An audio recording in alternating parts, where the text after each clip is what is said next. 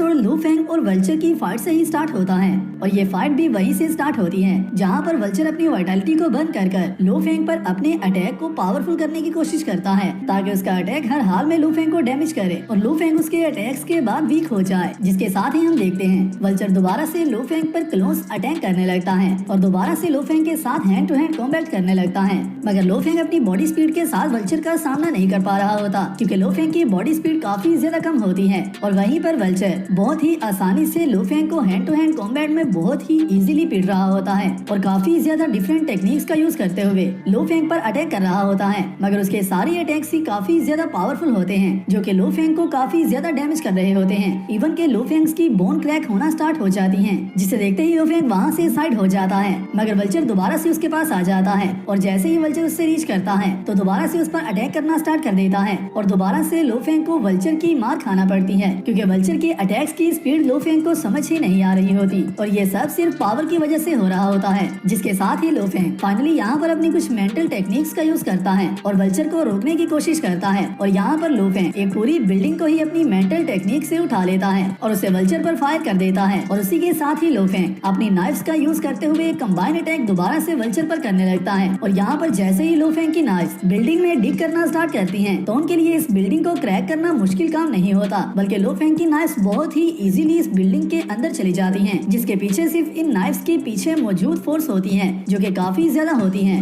और जैसे ही ये नाइफ्स जाकर वल्चर पर अटैक करने लगती हैं तो कुछ देर के लिए वल्चर उन्हें होल्ड करता है, मगर उसी के साथ ही वल्चर की हार्ट बीट काफी ज्यादा फास्टली मूव करने लगती है और यहाँ से हमें एक बात का पता चलता है कि वल्चर की पावर के पीछे उसकी हार्ट बीट की एक की भी हो सकती है क्योंकि जैसे ही वल्चर की हार्ट बीट कंट्रोल से बाहर हो जाएगी तो वल्चर ऑटोमेटिकली मर जाएगा और वल्चर के हार्ट बीट के तेज होने के पीछे की रीजन सिर्फ उसका ब्लड प्रेशर हो सकता है जो कि काफी ज्यादा हाई होता जा रहा होता है क्योंकि वल्चर लू फेंग को अपनी पावर के बूस्ट होने और अपने ब्रेक थ्रू के बाद भी किल नहीं कर पा रहा होता, मगर उसी के साथ ही वल्चर अपनी पावर को यूज करते हुए लू फेंग के उन नाइफ्स के अटैक्स को भी काउंटर कर लेता है और लू फेंग पर वापस एक काउंटर अटैक भी करता है जिसे कि लू फेंग कुछ ही कोशिश करने के बाद इजीली डिफेंड कर लेता है, मगर उसी के साथ ही वल्चर दोबारा से लू फेंग से कहता है लू फेंग तुम्हारी शील्ड कितनी भी ज्यादा पावरफुल क्यों ना हो या फिर तुम्हारा ब्लैक गार्ड आर्मर कितना भी ज्यादा स्ट्रॉन्ग क्यों ना हो, मैं आज के दिन तुम्हें यहाँ पर किल करने वाला हूँ। मगर जैसे ही वल्चर ये बात कर रहा होता है तो वल्चर के माइंड में उसका बेटा और उसकी वाइफ का ख्याल आ रहा होता है, जिसका मतलब ये है कि अभी के लिए वल्चर की पावर के पीछे एक रीजन उसके इमोशंस का कंट्रोल भी होता है क्योंकि इमोशंस की पावर भी काफी ज्यादा स्ट्रॉन्ग पावर होती है और जैसे ही वल्चर ये बात करता है उसी के साथ ही दोबारा से अपनी वाइटलिटी को बंद करने लगता है, जिसे देखते ही व्लादिमीर कहता है वल्चर दोबारा से लू फेंग को किल करने के लिए अपनी वाइटलिटी को बंद कर रहा है,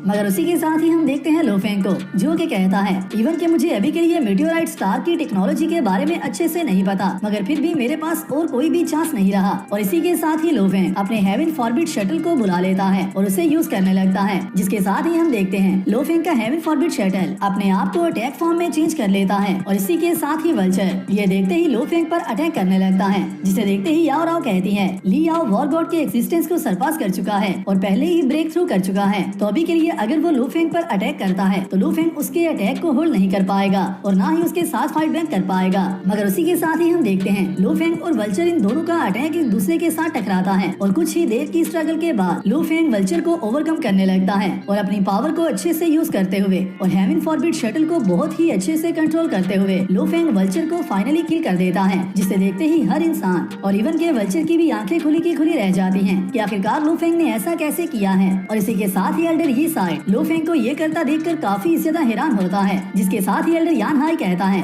ली याओ अपना ब्रेक थ्रू कर चुका था और सरपासिंग वॉर गॉड के लेवल तक पहुंच चुका था, तो फिर आखिरकार लू फेंग ने उसे किल कैसे किया है, आखिरकार ये कैसे हो सकता है। और उसी के साथ ही कुछ लोग यहाँ पर लू फेंग के वेपन को काफी ज्यादा सस्पिशियस समझ रहे होते हैं, मगर लू फेंग ने अभी अभी जिस अचीवमेंट को कंप्लीट किया होता है उसके बाद वहाँ पर मौजूद हर इंसान ही हैरान हो चुका होता है। जिसके साथ ही हम दोबारा से आते हैं लू फेंग और वल्चर के व्यू पर, जहाँ पर वल्चर काफी ज्यादा हैरान होने के बाद ये कहता है मुझे ये हरगिज एक्सेप्ट नहीं है, मैं तुम्हारे हाथों नहीं मरना चाहता। और इसी के साथ ही वल्चर के बॉडी ऑर्गन्स ग्रो करना स्टार्ट कर देते हैं और काफी ज्यादा फूलने लगते हैं, जिसे देखते ही व्लादिमीर कहता है ली याओ अपने आप को ही ब्लो करने वाला है। और इसी के साथ ही याओ राव लू फेंग को अपने फाइटर जेट पर वापस आने का कहती है, मगर उसी के साथ ही हम देखते हैं वल्चर जल्दी से लू फेंग के पास खुद ही पहुंच जाता है और लू फेंग के पास जाते ही अपने आप को ब्लो कर लेता है, जिसके साथ ही याओ राव कहती है सरपासिंग वॉर गॉड के बाद अपने आप को ब्लो करना और अपनी वाइटलिटी को एक साथ बर्न करना, इससे होने वाली डिस्ट्रक्शन एक न्यूक्लियर बॉम्ब जितनी हो सकती है और लू फेंग फेंग इस एक्सप्लोजन के इतनी ज्यादा क्लोज था,